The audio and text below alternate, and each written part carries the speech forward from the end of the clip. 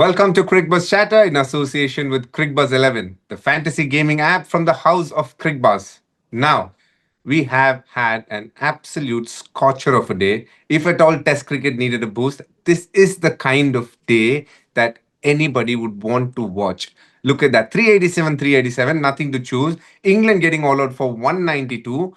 India, when we just thought, okay, it's not going to be that hard on a day where everything has happened, 58 for 4. The last wicket was Akashdeep, and plenty more to speak about. But let me start first up.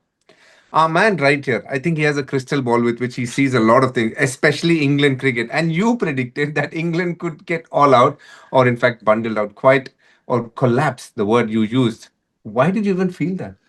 Well, because the pitch, I saw enough in the surface on day three that the ball started to create a little bit of action. I've seen England bat a number of times over the years, and we don't do boring draws. We always create a bit of drama, and the Baz bowlers generally like to entertain. And I'm not saying that's the reason why they made a few mistakes, and I'm sure they wanted another 100 runs. But when you've got Jasprit, Bumrah, and he bowled a spell on day four morning that. It was up there with the best. And how Zach Crawley, number one, how his hand's still intact, how he didn't lose his wicket, or Ollie Pope for that period was beyond me. And I think England will look at today. Obviously, they're in the contest and going to day five, and every single result's possible. But on that kind of wicket, once you've seen off Bumrah, to get bowled out from 145 for 4, and then the spinner comes on to lose the last 6 wickets for 38. I think England will look at that and think, whatever happens in the Test match, they should be analysing. I think we've got to get at least 250, 270 on that kind of surface. We've spoken about England and the collapse, but something happened in the last hour. The way it was built up, Washington from the beginning, the last wicket, India coming into bat, all they needed to do was just probably lose a wicket, at best, say 2.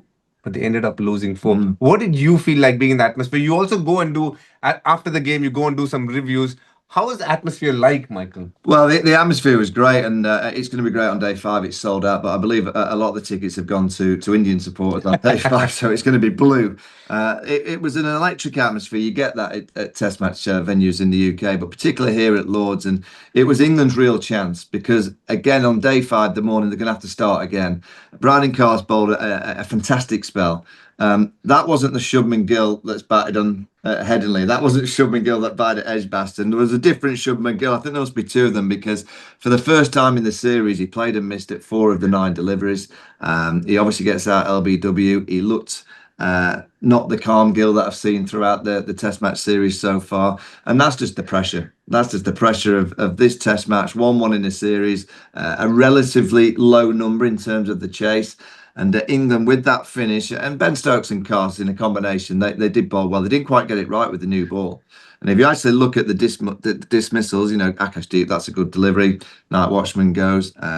Karen Nair leaves a straight ball. That's a brain fade, you think? It must be. It must be. He was batting quite nicely, wasn't it? I mean, he was leaving the ball, just putting away full ones. He looked solid. And actually, he's looked solid every time he's batted, till he's got knocked. Yeah, and particularly when you're facing bowling from the pavilion end with a slope, as a right-hander, you play more often than not because of that slope, and you're thinking, it might just come down the slope. So you do cover for that, probably 4th, 5th stump because you're worried about the ball coming back. So to think that he's left that delivery, which just cracked open the game, and then Shubman comes out, he bowls well to him, Brydon Carse, a couple of reviews, and then the wicket.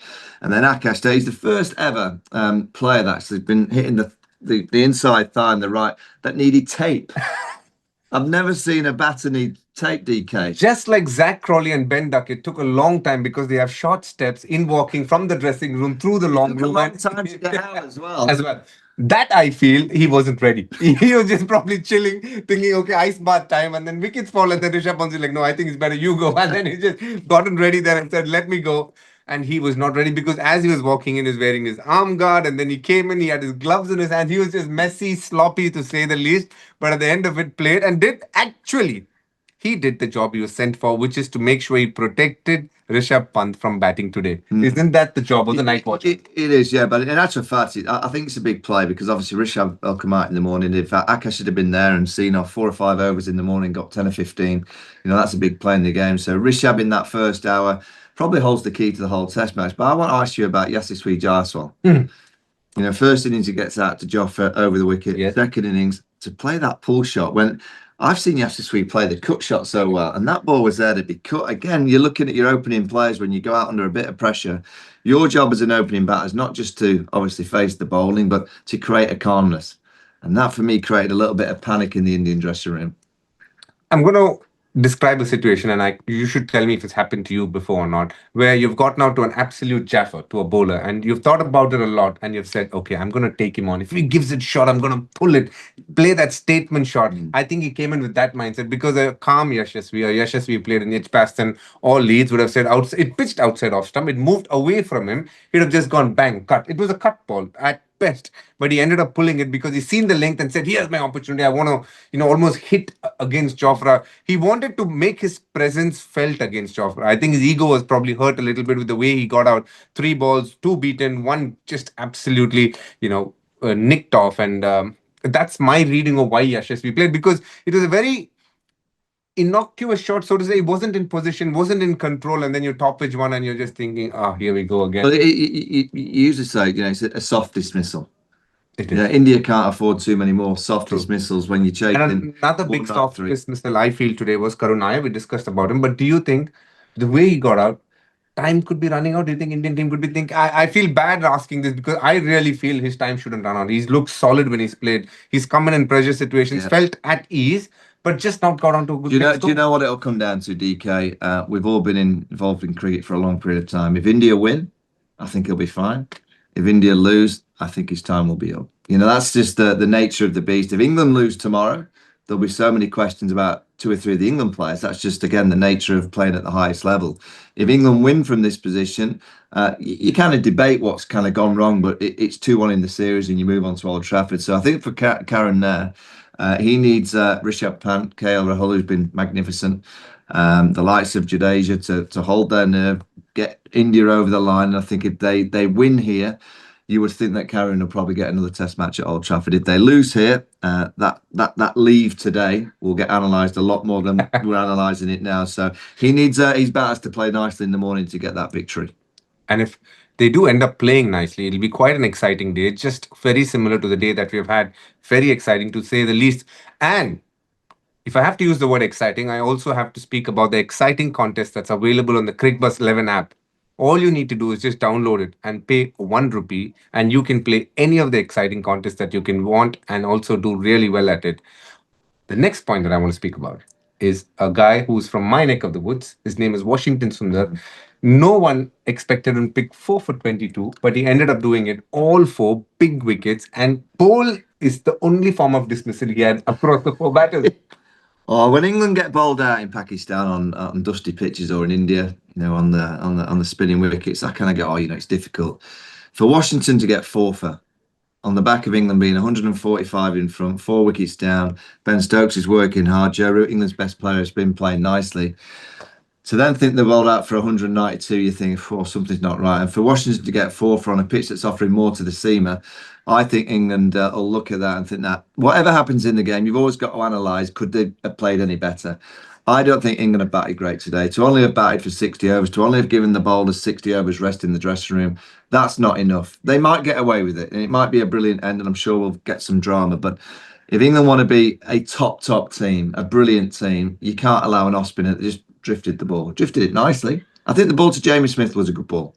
Just caught him on the back foot, just trapped him on a length that he was unsure, and it went away. I thought that was a really good ball. The other 3 really was down to batting error, and that's kind of the standout for England when you look at their batting is you always look and go, they make a lot of errors. Yes, they play risky, and at times it pays off. But I look at one player actually. So there's 4 opening batters in this series.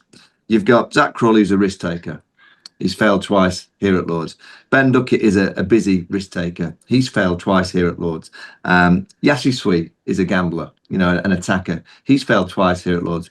The one player at the top of the order that is still there, got 100 in the first innings, he's not out in the second, has got the best technique, he's calm, and he plays cricket the attritional way. He digs in at the right time, but still scores at a decent lick. Joe Root and KL Rahul, the 2 technicians this week, have got more runs than the Dashers.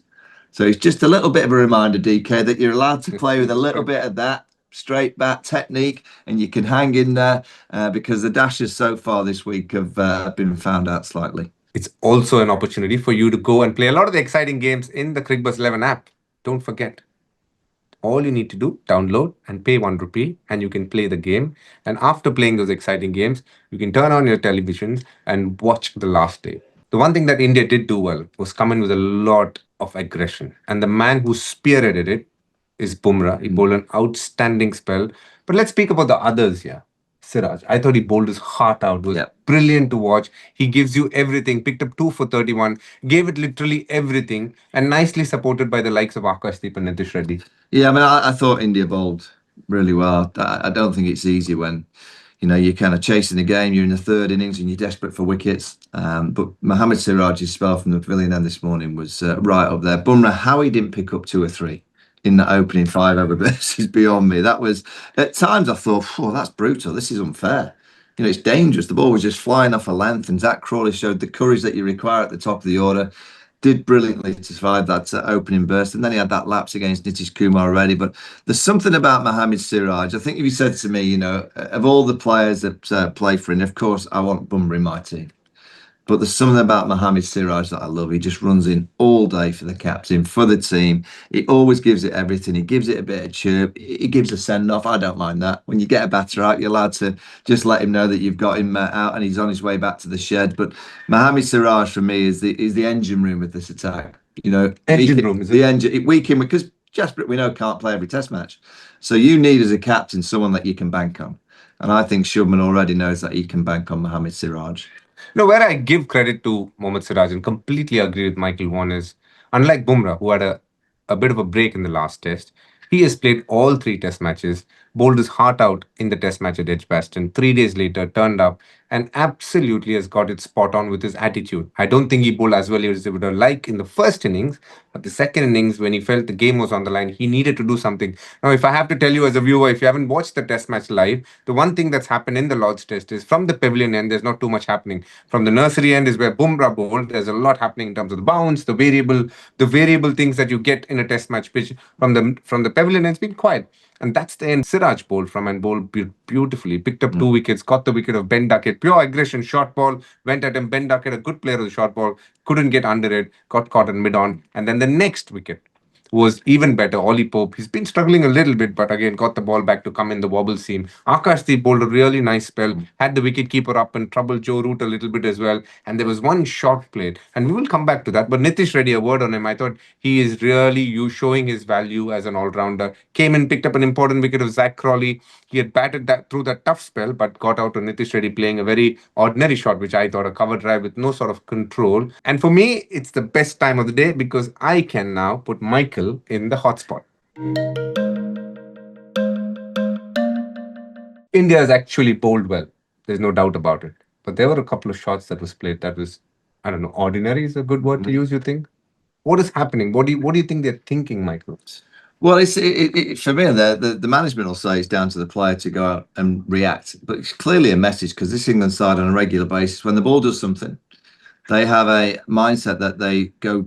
Well, I think the expression in the dressing room, run towards the danger. So they run towards the moving ball to try and put the bowler off their line and length. Look, if you run towards Jasprit Bumrah, I get that. I kind of go, if you want to kind of upset the best, I get that. But to run towards other bowlers that aren't quite as good, and to see 1 or 2 mistakes today that has allowed India this opportunity.